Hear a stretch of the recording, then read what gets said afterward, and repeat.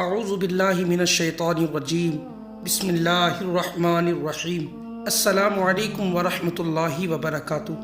امید ہے کہ تمام دوست احباب خیریت سے ہوں گے۔ اللہ پاک کے بابرکت نام سے شروع کرتا ہوں جو دنیا جہان کا مالک اور بادشاہ ہے۔ میرے محترم دوستو، آج ہم سنیں گے کہ میرے رسول پاک صلی اللہ علیہ وسلم نے کس طرح ایک یتیم نوجوان کی مدد کی اور صحابہ کرام کو کس طرح جنت کے پھلدار درخت کا تحفہ ملا۔ اگر آپ میرے چینل پر نئے ہیں تو سب سے پہلے میرے چینل کو سبسکرائب کر دیں اور ویڈیو اچھی لگے اپنے دوستوں میں ضرور شیئر کریں۔ سرکار دو عالم صلی اللہ تعالی علیہ وسلم صحابہ کرام رضی اللہ تعالی عنہم کے درمیان تشریف فرما تھے کہ ایک یتیم نوجوان شکایت لے کر حاضری خدمت ہوا۔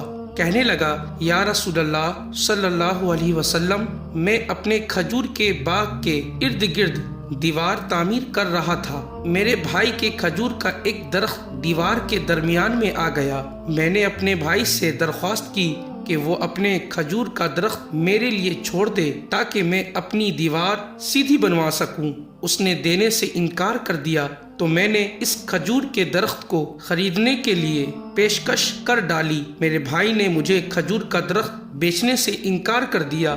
سرکار دو عالم صلی اللہ علیہ وسلم نے اس نوجوان کے بھائی کو بلوا بھیجا۔ بھائی حاضر ہوا تو آپ صلی اللہ علیہ وسلم نے اسے نوجوان کی شکایت سنائی، جسے اس نے تسلیم کیا اور کہا، یہ بات بالکل صحیح ہے۔ حضور اکرم صلی اللہ علیہ وسلم نے اسے فرمایا کہ تم اپنے کھجور کا درخت اس نوجوان کے لیے چھوڑ دو یا اس درخت کو نوجوان کے ہاتھوں بیچ دو اور قیمت لے لو۔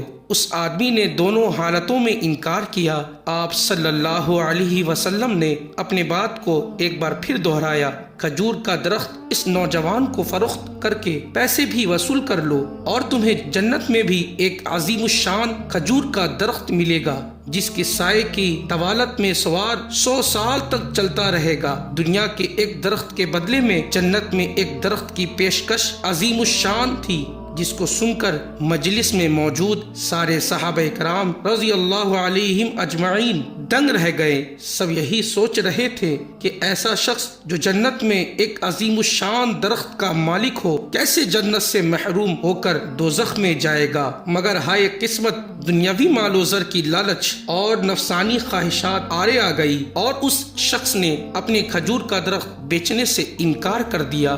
مجلس میں موجود ایک صحابی آگے بڑھے اور حضور صلی اللہ علیہ وسلم سے عرض کی، یا رسول اللہ صلی اللہ علیہ وسلم، اگر میں کسی طرح وہ درخت خرید کر اس نوجوان کو دے دوں تو کیا مجھے جنت کا وہ درخت ملے گا؟ آپ صلی اللہ علیہ وسلم نے جواب دیا، ہاں تمہیں وہ درخت ملے گا۔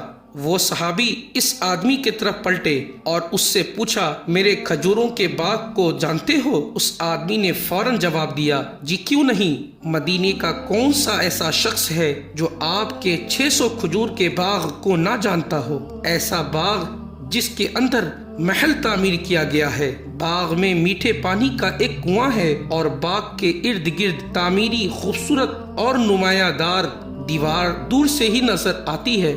مدینے کے سارے تاجر تیرے باغ کے اعلیٰ قسم کے کھجور کو کھانے اور خریدنے کے انتظار میں رہتے ہیں۔ اب صحابی نے اس شخص کی بات کو مکمل ہونے پر کہا، تو پھر کیا تم اپنے اس کھجور کے ایک درخت کو میرے سارے باغ، محل، کنویں اور اس خوبصورت دیوار کے بدلے میں بیچنا چاہو گے؟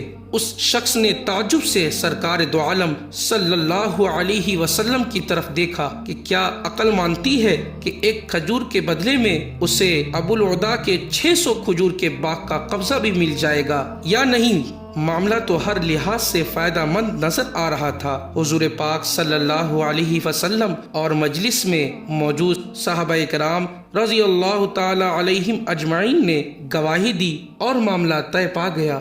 صحابی نے خوشی سے حضور اکرم صلی اللہ علیہ وسلم کو دیکھا اور سوال کیا، یا رسول اللہ صلی اللہ علیہ وسلم، جنت میں میرا ایک کھجور کا درخت پکا ہو گیا آپ صلی اللہ علیہ وسلم نے فرمایا نہیں۔ صحابہ اکرام سرکار صلی اللہ علیہ وسلم کے جواب سے حیرت زدہ تھے۔ آپ صلی اللہ علیہ وسلم نے اپنی بات کو مکمل کرتے ہوئے کچھ فرمایا۔ اس کا مفہوم یوں بنتا ہے کہ اللہ رب العزت نے تو جنت میں ایک درخت کے محض ایک درخت کے بدلے میں دینا تھا، تو نے تو اپنا دیوار، باغ، محل سب کچھ دے دیا ہے۔ اللہ رب العزت جود و کرم میں بے مثال ہے۔ اس نے تو تجھے جنت میں کھجوروں کے اتنے باغات عطا کیے ہیں، کثرت کی بنا پر جن کے درختوں کی گنتی بھی نہیں کی جا سکتی۔ ابو الہدا، میں تجھے پھل سے لدے ہوئے ان درختوں کی کس قدر تعریف بیان کروں۔ آپ صلی اللہ علیہ وسلم نے اپنے اس بات کو اس قدر دہراتے رہے کہ محفل میں موجود ہر شخص یہ حسرت کرنے لگا، اے کاش وہ ابو الہدا ہوتا۔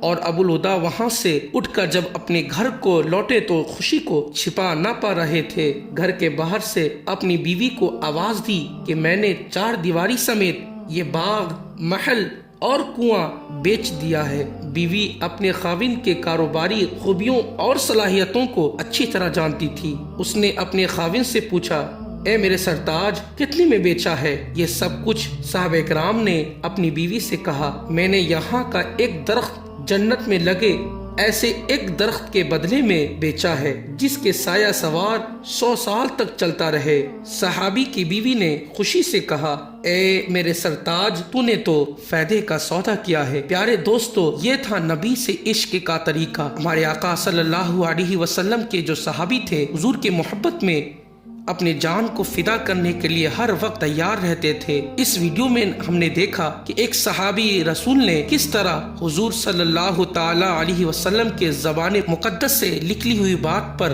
اپنے پورے باغ کو قربان کر دیا اور جنت میں اپنا باغ تعمیر کروا لیا۔ پیارے دوستو، اللہ رب العالمین سے دعا ہے اللہ رب العالمین ہمیں اپنے نبی کے بتائے ہوئے راستے پہ چلتے ہوئے دوسروں کی، بیواؤں کی، یتیموں کی اور غریبوں کی مدد کرنے کی توفیق عطا فرمائے۔ آمین۔